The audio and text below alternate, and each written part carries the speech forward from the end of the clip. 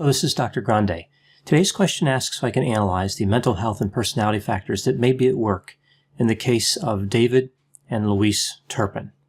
Just a reminder, I'm not diagnosing anybody in this video, only speculating about what could be happening in a situation like this. If you enjoyed this video, please like it, subscribe to my channel, and consider supporting me on Patreon. I'll put the link to Patreon in the description for this video. So I'll start by looking at the background of David and Louise Turpin. I'll move to the crimes, and then I'll look at the mental health and personality factors. So starting with the background, David Turpin was born in 1961. Louise Turpin was born in 1968. They both lived in West Virginia. When David was an adolescent, he was described as goofy, nerdy, quiet, and intelligent. He played chess. He was a Star Trek fan. He wanted to be an engineer, and he had a good sense of humor. It's been reported that he was first attracted to Louise when she was 10 years old, and he was 17. Louise has been described as manipulative and stubborn. She was the victim of an assault of a sexual nature when she was 14 years of age. She started dating David when she was 15 and he was 22. She said she would marry him and they would have 12 children together. David attracted her with stories of being rich. He was studying to become an engineer and had hopes of finding a good job. When Louise was 16, David impersonated her father to sign her out from school. He apparently even wore a fake mustache. After this, he took her to Texas. Now, the police brought the couple back to West Virginia, but Louise's parents did not file a criminal complaint.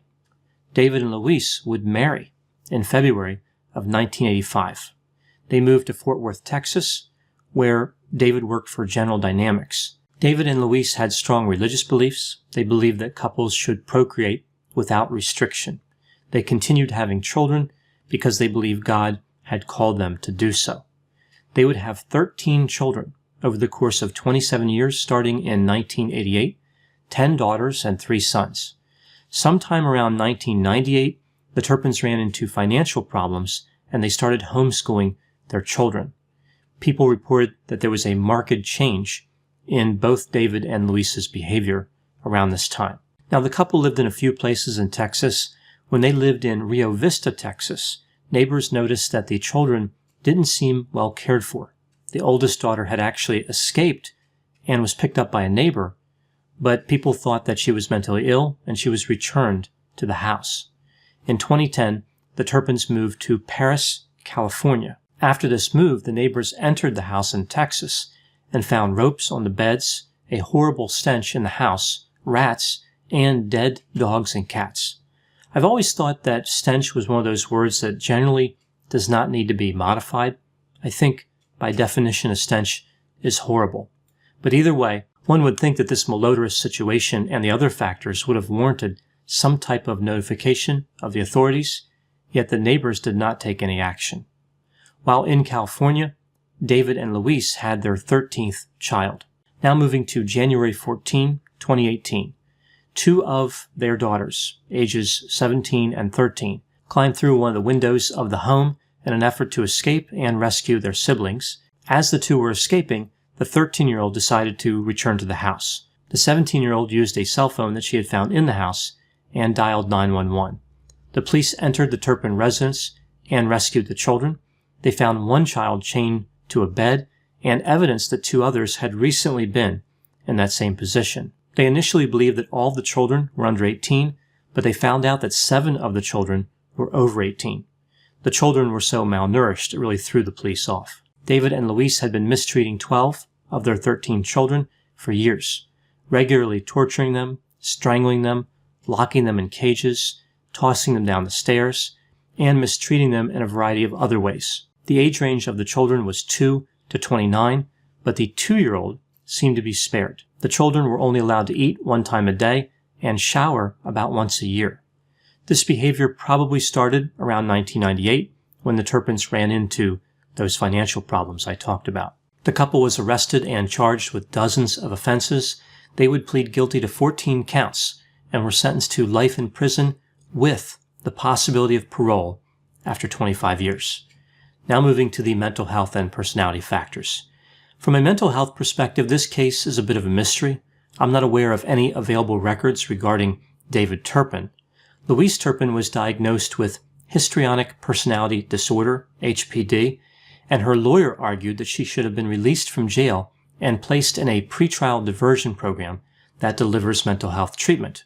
If her attorney's request had been granted, the charges would have been dismissed upon her successful completion of the program. The judge denied the request in what must have been one of the easiest decisions he made in his career. I don't see how he ever could have considered that for a second when looking at the severity of the crimes. HPD is rarely diagnosed. It's a cluster B personality disorder, so it's in the same cluster as antisocial, narcissistic, and borderline. This is known as the dramatic erratic cluster.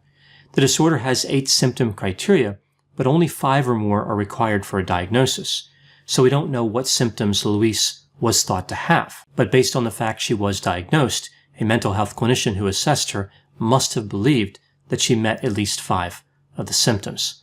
Let's take a look at these symptom criteria. An individual with this disorder tends to be uncomfortable when they're not the center of attention. Interactions with other people are characterized by inappropriate sexually seductive or provocative behavior. We see rapidly shifting and shallow expressions of emotions, using physical appearance to draw attention to oneself, a style of speech that is excessively impressionistic, so when the individual talks, they give the impression that they know what they're talking about when they may not. We see self-dramatizing and theatrical behavior, an exaggerated expression of emotion. The individual tends to be suggestible, and they evaluate relationships as more intimate than they actually are. This is a very unusual diagnosis for a defense expert to come up with. Many high-profile cases involve disorders associated with psychosis, like bipolar disorder or schizophrenia. But here we see HPD, a disorder that is not typically associated with any type of violence. Somebody with HPD would almost always know the difference between right and wrong. Louise may have had this disorder, but it would have nothing to do with the criminality. So this really brings us to the question, why did they do it? Right? What was the motive in this case? That seems to be the mystery. When they were in court, David said that he never intended for harm to come to his children. He said he missed all of his children and would be praying for them. He also said that he was sorry if he did anything to cause harm to them. Louise said, "I only want the best for them," referring, of course, to her children. Both David and Louise cried during the proceedings. So based on what they said in court, we don't really seem to be getting closer to a motive. Reports from the children only seem to deepen the mystery as well. One child said that her parents were afraid that the children were consuming too much sugar and caffeine. Some of the children said that the house was a religious place, and they believed that what was happening to them was God's will. Louise dressed the children in matching clothes. All the children had a first name that began with J. So we see this attempt to create uniformity. The children were sometimes tied up for months at a time, which is just one behavior that points to a lack of empathy. The malodorous environment that was maintained for years is something that the parents had to deal with too. They were not immune from breathing the air. So even though the children were suffering an incredible amount, the parents were still suffering something by being in that environment. It's been alleged that the couple moved away from their prior religious beliefs at some point and moved toward witchcraft. They also allegedly became swingers. The children had to sleep in the day and be awake at night to minimize their chances of being observed by outsiders. They were not allowed to tell people their names. The Turpins would keep fresh pies just out of reach of the children. So it's believed, of course, that this would be done as an element of torture, right? They were starving and they would keep this food just out of reach to cause even more suffering. There was no substance use in the house, like David and Louise were not drinking or using drugs. That seems pretty surprising, given what we know about these types of cases. The children were very disconnected from what was happening in the real world. It's like they were cut off from any type of information. They had not learned the basics about how to survive. For example, the 17-year-old who called the police didn't seem to know what medication was, and she had trouble reading her address from an envelope that she took from the house. Now, when looking at all this, there have been many theories about what was going on. Some mental health professionals have speculated that perhaps David and Louise were psychopathic. Others say psychotic, like folia do, shared psychosis. Of course, there's no way to know this based on the information available. When looking at the whole picture and trying to fit a theory to the behavior, it seems as though their extreme and unusual religious beliefs, although they abandoned them at some point, may have played a part in their behavior. It explains why they had so many children when they clearly had no way to support them. It explains why they tried to hide the children from the outside world, like perhaps they were paranoid. They were worried that people would corrupt their children. It's almost like the Turpins became defensive and perhaps believed they were keeping their children from some unknown aggressor. They may have believed that the children's suffering served some greater good, like it was keeping them safe. Perhaps it was the lesser of two evils. Again, tying in with some type of delusion, like people were out to get them. Their move over to witchcraft could also indicate a tendency to invest in fantasy, like they were detached from reality. I mentioned the malodorous environment and how everybody in the household was breathing the same air. Personality pathology like HPD or even psychopathy could have been happening in this case, but it doesn't explain why David and Louise were willing to tolerate that stench for years. It's almost like they were highly disorganized. No hygiene, they weren't cleaning anything. There were rats and dead animals in the house they lived in prior to moving to California. It also doesn't explain why they worked so hard to keep a secret. I'm not aware of any evidence showing that they were trying to seek attention. Like this doesn't seem to be related to factitious disorder imposed on another, also called Munchausen by proxy. With that disorder, people are looking for attention. Now, adding to the confusion is the fact that David Turpin was able to stay employed in a high-paying job for many years, although in the years leading up to his arrest, he was unemployed. One would think that the same characteristics that led to him committing these horrible crimes would have attracted attention at work. Like if he was psychopathic, psychotic, or paranoid, somebody at work would have noticed. I think this case really speaks to the amount of power that parents have over children. We see kind of a Stockholm Syndrome effect going on here. The children only knew what the parents wanted them to. They were programmed by the parents, and if this case did involve paranoia, the children probably bought into that narrative to some extent as well. Like the children would be afraid of strangers.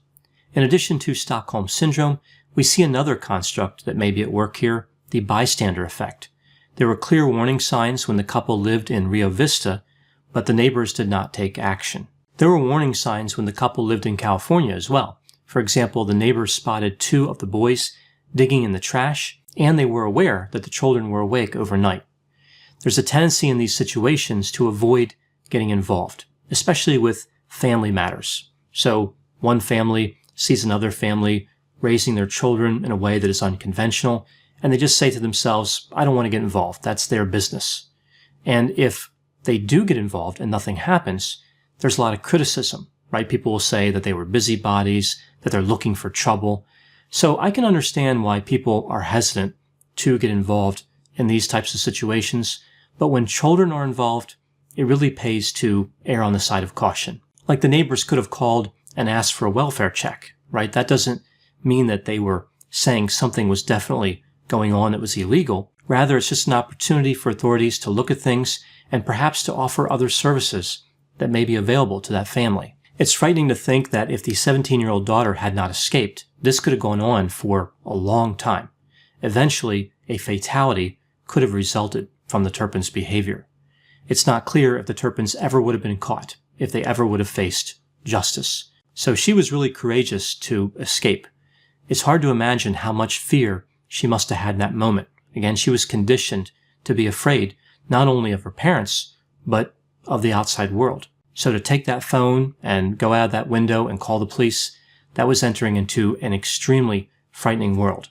She almost certainly did not know what was going to happen as a result of her behavior. She was hoping to rescue her siblings and herself, but there was no certainty from her point of view. Please put any opinions and thoughts in the comment section. They always generate an interesting dialogue. As always, I hope you found my analysis of this topic to be interesting. Thanks for watching.